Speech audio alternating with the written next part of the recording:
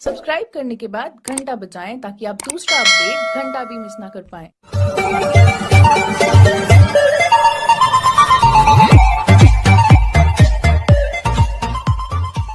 इस वीडियो को बनाने के पीछे का हमारा उद्देश्य आपको अपराध और अपराधियों के बारे में जागरूक करना है। लॉरेंस बिश्नोई का जन्म 12 फरवरी 1992 को हुआ। पंजाब के फाजिल्का के अबोहर के रहने वाले लॉरेंस के पिता लविंद्र कुमार पंजाब पुलिस में कांस्टेबल रह चुके हैं और लॉरेंस के पास पुश्तैनी जमीन के नाम पर करीब 7 करोड़ रुपए की प्रॉपर्टी है। शुरुआती दिनों से ही लॉरेंस को शान और शौकत में रहने का चस्का था। उसने अबोहर के ही एक कॉन्वेंट स्कूल से 10वीं की पढ़ाई की है और इससे आगे की पढ़ाई के लिए ये चंडीगढ़ के डीएवी कॉलेज में चला गया, जो कि पंजाब यूनिवर्सिटी से एफिलिएट है। लॉरेंस को वैसे तो खास तौर पर लड़कियों में कोई चस्का नहीं है, लेकिन एक बचपन की दोस्त थी जिससे ये बहुत प्यार करता था और 12वीं तक की पढ़ाई इन दोनों ने साथ ही की। इसके बाद सोपू यानी कि student organisation of Punjab university के बैनर तले स्टूडेंट यूनियन के अध्यक्ष पद का चुनाव लड़ा। उसके सामने चुनावी मैदान में उदय सिंह और डग का ग्रुप था, जिसमें वो हार गया था। इस हार के बाद चंडीगढ़ के सेक्टर 11 में फरवरी 2011 में एक दिन लॉरेंस और उसके विरोधी गुट का आमना सामना हो गया। इस दौरान लॉरेंस ने उदय सिंह के ग्रुप पर फायरिंग कर दी और ये पहली बार था जब लॉरेंस ने फायरिंग की थी। दूसरी तरफ से भी फायरिंग हुई।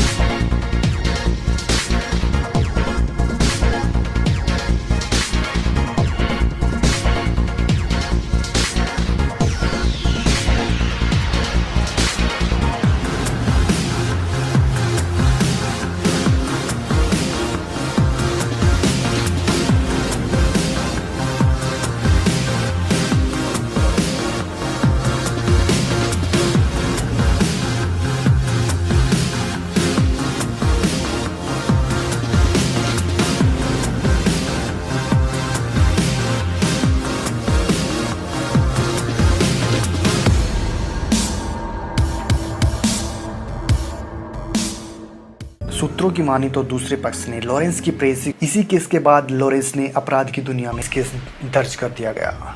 ये पहला मुकदमा था जो लॉरेंस के नाम पे दर्ज हुआ था। इसके बाद से लेकर आज तक लॉरेंस पर करीब 50 मुकदमे दर्ज हो चुके हैं, जिनमें वो 30 में बरी हो चुका है। और इस फायरिंग से पहले भी लॉरेंस का नाम पंजाब के कई गैंगस्टर्स के साथ जुड़ता रहा था। 2006 में पंजाब के सुखना में डिम्पी नाम के एक शख्स की हत्या हुई थी। इसी वक्त इस केस में रॉकी का नाम सामने आया था। लॉरेंस रॉकी का करीबी था, लेकिन केस में उसका नाम नहीं आया।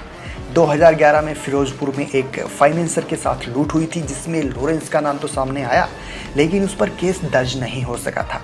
उसके बाद जब उसने फरवरी 2011 में अपने साथी छात्र नेता के ऊपर हमला किया, तो उस पर हत्या की कोशिश का मामला दर्ज हुआ। जेल जाने के बाद वो जमानत पर रिहा हो गया था। इसके बाद उसे .5 बोर की पिस्टल और कारतूस के साथ गिरफ्तार किया गया। इसके बाद 12 अगस्त 2012 को लॉरेंस के खिलाफ सेक्टर 34 थाने में हत्या की कोशिश, दंगा करने और कई धाराओं में केस दर्ज किया गया था। लॉरेंस हत्या, लूट, रंगदारी वसूलने जैसे अपराध करता रहा, जेल जाता रहा और जमानत पर रिहा होता रहा। 17 जनवरी 2015 को जब पंजाब की खारड़ पुलिस उसे कोर्ट में पेशी के लिए लेकर जा रही थी, तो वो पुलिस को चकमा देकर फरार हो गया। दरअसल उसके मामा के 2 बेटों की दिसंबर 2014 में हत्या हो गई थी। ये हत्या गैंगस्टर रम्मी मशाना और हरियाणा जेल में बंद बठिंडा के हरगोविंद सिंह ने करवाई थी। लॉरेंस इन दोनों की हत्या करना चाहता था, लेकिन वो जेल से भाग गया। खैर दिल्ली होते हुए वो नेपाल गया, जहां उसने 60 लाख रुपए के विदेशी हथियार और बुलेट प्रूफ जैकेट खरीदी। अभी वो रम्मी मशाना की तलाश कर ही रहा था कि वो मार्च 4, 2015 को फाजिल्का पुलिस के हत्थे चढ़ गया। गिरफ्तारी हुई तो पुलिस ने राहत की सांस ली, क्योंकि अगर लॉरेंस बाहर रहता तो उसे गैंगस्टर मशाना और हरगोविंद सिंह की हत्या करनी थी। वापस जेल लौटने के बाद लॉरेंस बिश्नोई ने अपनी ताकत और बढ़ा ली। फरीदकोट जेल में बंद रहने के दौरान वो फ़ोन का इस्तेमाल करने लगा। मीडिया रिपोर्ट्स के मुताबिक उसके पास करीब 40 सिम कार्ड आ गए, जिसके जरिए वो पंजाब, हरियाणा और राजस्थान में अवैध वसूली, रंगदारी और लोगों को जान से मारने की धमकी देने के साथ ही हत्या की सुपारी भी लेने लगा। उसके पास विदेशी सिम कार्ड भी आ गए, जिनके जरिए वो व्हाट्सएप से मैसेज भेजने लगा। फरीदकोट जेल से ही मार्च 2017 में राजस्थान के जोधपुर के डॉक्टर चांडक और एक ट्रैवलर को मारने के लिए 50 लाख की सुपारी ली। उसने फ़ोन के जरिए ही डॉक्टर की BMW कार में आग लगवा दी। इसके बाद जोधपुर पुलिस 30 अप्रैल 2017 को लॉरेंस को प्रोडक्शन रिमांड पर जोधपुर ले गई। जोधपुर में लाने के बाद भी लॉरेंस ने मोबाइल के जरिए अपना वसूली का काम जारी रखा और इससे परेशान होकर जोधपुर प्रशासन ने उसे 23 जून को हुई अजमेर की घूघरा घाटी हाई सिक्योरिटी जेल में भेज दिया।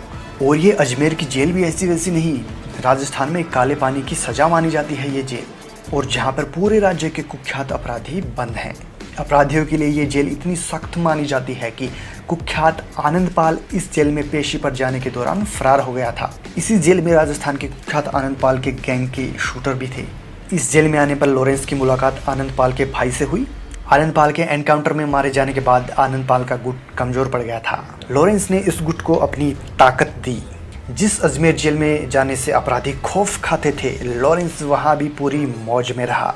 अजमेर जेल में आने के साथ ही उसके पास मोबाइल उपलब्ध हो गए। पुलिस को इस बात का पहले से ही अंदेशा था, इसलिए उसने लॉरेंस के नंबरों को सर्विलांस पर लगा रखा था। पुलिस कमिश्नर अशोक राठौड़ के कहने पर अजमेर SP से जेल में दबिश दी और लॉरेंस के पास से 2 सिम कार्ड बरामद किए। लेकिन लॉरेंस के पास फिर सिम कार्ड और मोबाइल पहुंच गए। इस बात की पुष्टि तब हुई जब लॉरेंस ने जेल से ही फोन करके आनंदपाल के सियासी विरोधी रहे सीकर के पूर्व सरपंच सरदार राव की अपनी मोहाली के शूटर रविंद्र काली को भेजकर 27 अगस्त 2017 को हत्या करवा दी। इतना ही नहीं, जोधपुर में अपनी धाक जमाने के लिए लॉरेंस ने 17 सितंबर को सरेआम अपने शूटर हरिंदर जाट और रविंद्र काली से जोधपुर के कारोबारी वासुदेव ईशानी की हत्या करवा दी। इसके बाद तो आनंदपाल गैंग के लोग भी उसे अपना सरगना मानने लगे। हालांकि पुलिस लॉरेंस के गुर्गों को गिरफ्तार करने में कामयाब रही, लेकिन लॉरेंस ने फिर से नए लोग इकट्ठा कर लिए। जेल से जो भी जमानत पर बाहर जाता वो लॉरेंस का आदमी बन जाता और उसके लिए काम करने लगता। और लॉरेंस बिश्नोई पुराने मामले की सुनवाई के दौरान 5 जनवरी को राजस्थान के जोधपुर में पेशी पर पहुंचा था। पेशी से लौटने के दौरान पुलिस की जीप में मीडिया के लोगों ने उससे जुड़े मुकदमों पर सवाल किया। इस दौरान उसने कहा कि उस पर लगे सभी मुकदमे गलत हैं और पुलिस उसे फंसा रही है। इस दौरान लॉरेंस ने कहा, पुलिस का क्या है, जो हाथ आता है उस पर आरोप लगा देती है।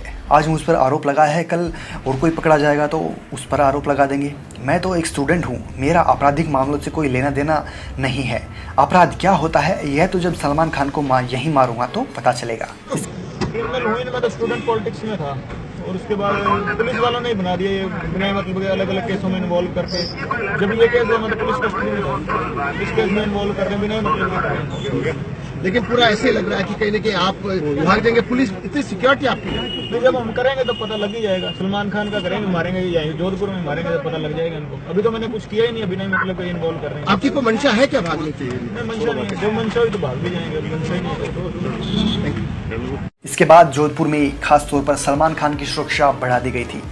सूत्रों का मानना है कि लॉरेंस बिश्नोई ने काले हिरन के शिकार को लेकर सलमान खान को मारने की धमकी दी है। ये मामला 1998 को दर्ज किया गया था और इसी मामले में आज 20 साल के बाद सलमान खान को 5 साल की सजा सुनाई गई थी। आपको बता दें कि राजस्थान का बिश्नोई समाज काले हिरन की पूजा करता है। सलमान खान पर काले हिरन को मारने के आरोप लगे हैं। उनका मुकदमा भी बिश्नोई समाज ही लड़ रहा है। और इसके अलावा लॉरेंस की कुछ दिलचस्प बातें आपको बताते हैं।